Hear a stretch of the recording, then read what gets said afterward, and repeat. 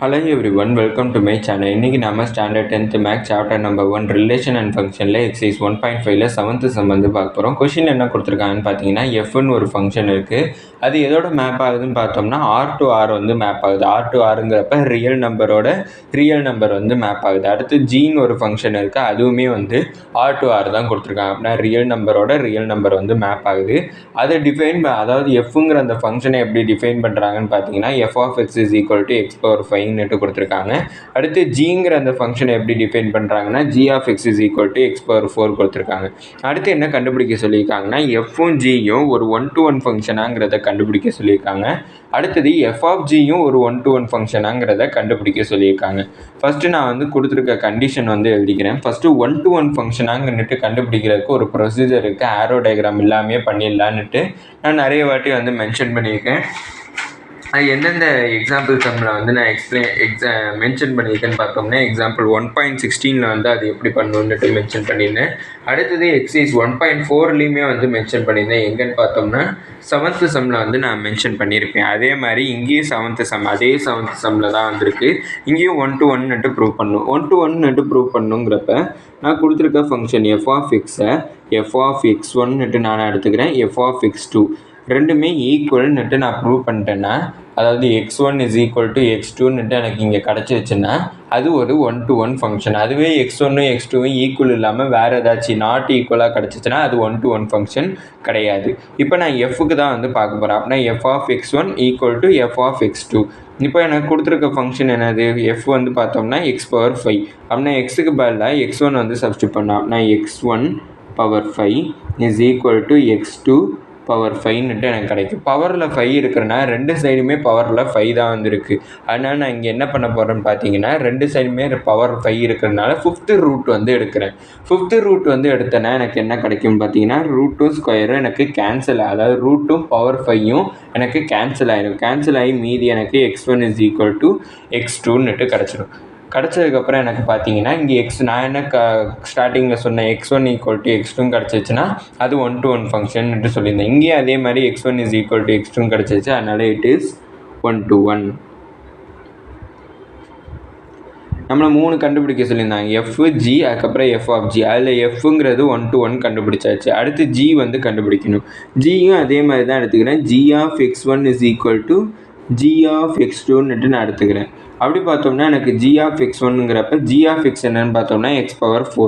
அப்படின்னா நான் எக்ஸுக்கு பதிலாக x1 x2 கன்சிடர் பண்ணுறப்ப x1 power 4 is equal to x2 power 4 எனக்கு கிடைக்கும். இப்போ இந்த இடத்துல பார்த்தோம்னா 4th ரூட்டு கூட எடுக்கலாம், ஆனால் நான் இந்த ஒரு மெத்தட்லையுமே வந்து சால்வ் பண்ணி காமிக்கிறேன். அப்படின்னா x1 square to the whole square is equal to x2 square to the whole square எடுத்துக்கிறேன். இப்போ இந்த இதை இங்கிட்ட ட்ரான்ஸ்லேட் பண்ணால் மைனஸ் ஆகும். அப்படின்னா x1 square to the whole square minus x2 square to the whole square is equal to 0 எனக்கு கிடச்சிருக்கு. அப்படின்னா இந்த இது பார்த்தோம்னா ஃபார்முலா என்னென்னா a square minus b squareங்கிற ஃபார்மேட்டில் இருக்குது. அப்படின்னா formula a plus b into a minus b. அப்படின்னா x1 square plus x2 square into x1 square minus x2 square கிடைக்கும் ஈக்குவல் டு 0. அப்படி பார்த்தோம்னா இது x1 square plus x2 square இதை அப்படியே வச்சுருக்கேன். இது எனக்கு திருப்பியும் ஃபர்தராக a square minus b square formula use பண்ணுற மாதிரி இருக்கும். அப்படின்னா a plus b into a minus b. அப்படின்னா x1 plus x2 into x1 minus x2 எனக்கு கிடைக்கும்.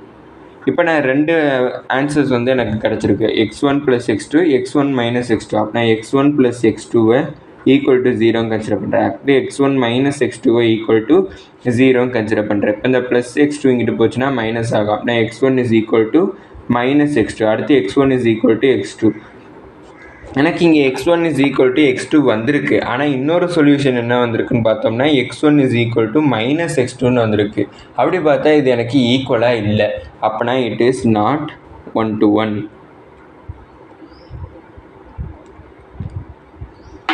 எனக்கு எஃப் வந்து 1-to-1 கண்டுபிடிச்சாச்சு, ஜி 1-to-1 கிடையாதுங்கிறத கண்டுபிடிச்சிடும். அடுத்தது எஃப் ஆஃப் ஜி 1-to-1ங்கிறத கண்டுபிடிக்கணும். அப்படின்னா எஃப் ஆஃப் ஜி அதுக்கு கண்டுபிடிக்கணும். அதை நான் எப்படி எழுதிக்கிறேன்னா எஃப் ஆஃப் ஜி ஆஃப் எக்ஸ்ன்னு எழுதிக்கிறேன். அப்படின்னா f of g of x என்னன்னு பார்த்தோம்னா எக்ஸ் பவர் 4. அடுத்து எஃப் ஆஃப் எக்ஸில் எக்ஸுக்கு பதிலாக எக்ஸ் பவர் 4 சப்ஸ்டியூட் பண்ணோம். அப்படின்னா சப்ஸ்டியூட் பண்ணோன்னா எக்ஸ் பவர் 4 பவரில் ஒரு 5 வந்து இருக்குது. அப்படின்னா இதை மல்டிப்ளை பண்ணனா 5 4 20 அப்படின்னா எக்ஸ் பவர் 20 எனக்கு கிடச்சிருக்கு. எக்ஸ் பவர் 20 கிடச்சிருக்கப்ப இது எஃப் ஆஃப் ஜி. நம்மளுக்கு என்ன வேணும், 1 to 1ங்கிறத ப்ரூவ் பண்ணணும். அப்படின்னா f of g of 1 is equal to f of g of 2 வந்து நான் பார்க்க போகிறேன். அப்படின்னா எனக்கு x1 பவர் 20 x2 பவர் 20 கிடைக்கும். அப்படின்னா ரெண்டு சைடுமே நான் 20th ரூட் வந்து எடுத்தேன்னா எனக்கு எப்படி கிடைக்கும்னா x1 is equal to plus or minus x2 கிடைக்கும். அப்படின்னா x1 is equal to x2 ஒரு வேல்யூ கிடைக்கும், x1 is equal to minus x2 எனக்கு கிடைக்கும். ஏன்னா பவரில் வந்து ஈவன் பவர் இருக்குது. ஈவன் பவர் இருக்கிறப்பலாம் ப்ளஸ் ஆர் மைனஸோட தான் எனக்கு ஆன்சர் வந்து கிடைக்கும் ரூட் எடுக்கிறப்ப. அதனால தான் x1 is equal to x2 ஒரு வேல்யூ கிடைக்குது, x1 is equal to minus x2 ஒரு வேல்யூ கிடைக்குது. அப்படி பார்த்தா இங்கே எனக்கு ஈக்குவலாக கிடைக்கிறதுனால இட் இஸ் நாட் 1 to 1.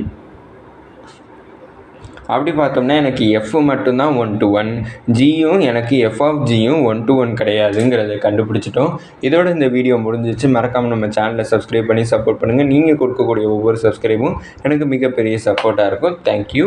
அதுக்கப்புறம் வந்து இந்த வீடியோ பிடிச்சிருந்துச்சுன்னா லைக் பண்ணுங்கள். ஏதாச்சும் டவுட்ஸ் இருந்தாலும் இல்லைன்னா நான் ஏதாச்சும் இம்ப்ரூவ் பண்ணணும்னு நினச்சிங்கனாலும் அதை மறக்காமல் கமெண்ட்ஸில் சொல்லிடுங்க. தேங்க்யூ.